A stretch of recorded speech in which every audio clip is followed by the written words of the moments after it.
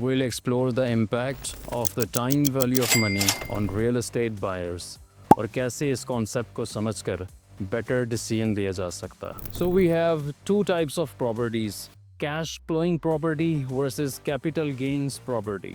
Cash flowing property is any property which gives you consistent cash flow along with capital appreciation.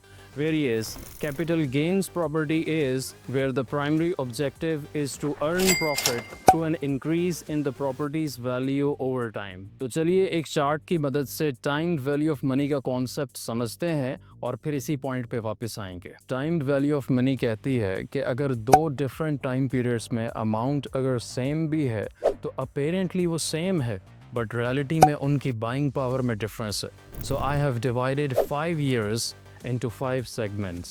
आज year 1 में मेरे पास 1000 रुपये हैं जो कि मान लीजिए मैंने तिजोरी में बंद करके रख दिए. तो 1 साल गुजर जाने के बाद दूसरे साल जब मैं तिजोरी खोलता हूँ तो वहाँ 1000 ही होगा. इसी तरह तीसरे साल भी वहाँ 1000 ही होगा and so on and so fourth. ये 1000 रुपये देखने वाले के लिए इक्वल हैं लेकिन फाइनेंशियल मैनेजमेंट के हिसाब से कमोडिटी एक्सचेंज रेट पर ये बिल्कुल भी इक्वल नहीं है. और जब ये इक्वल नहीं है तो ये तो बिल्कुल भी इक्वल नहीं है और ये तो बिल्कुल ही नहीं.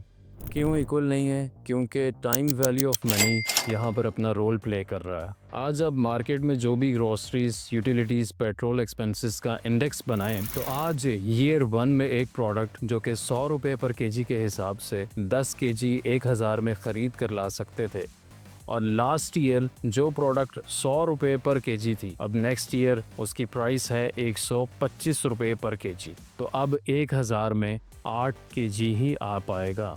ईयर 3 में 150 रुपये पर केजी के हिसाब से 1000 में तकरीबन 6.5 KG and so on and so fourth. ये है मनी की buying power over the period of 5 years कि 1000 में ख़रीदने की कितनी कुव्वत रह गई. अगर ख़रीदने की उसमें कुव्वत नहीं तो फिर क्या वैल्यू, फिर तो कागज़ का टुकड़ा. Now let's revisit the topic of cash flowing property versus capital gains property and why cash flowing property is important. That's because you don't have to put your money in somewhere कि जहाँ पर 5 साल के बाद आपको capital gains मिलेंगे. One of the most common mistakes most of the investors make is assuming that investing in a long-term asset solely for capital gains will actually yield them same level of profit. So let's say you buy an asset which has no cash flow, जिसमें किसी भी किस्म का कोई भी cash flow आपको नहीं आ रहा और आपने ये 1 करोड़ में ख़रीदा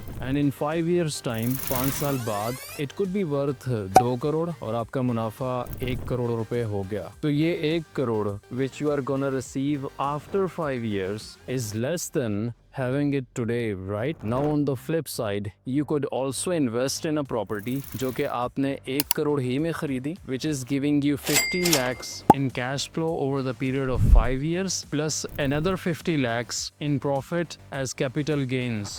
That's still a profit of 1 crore. So which 10 million in profit is better investment?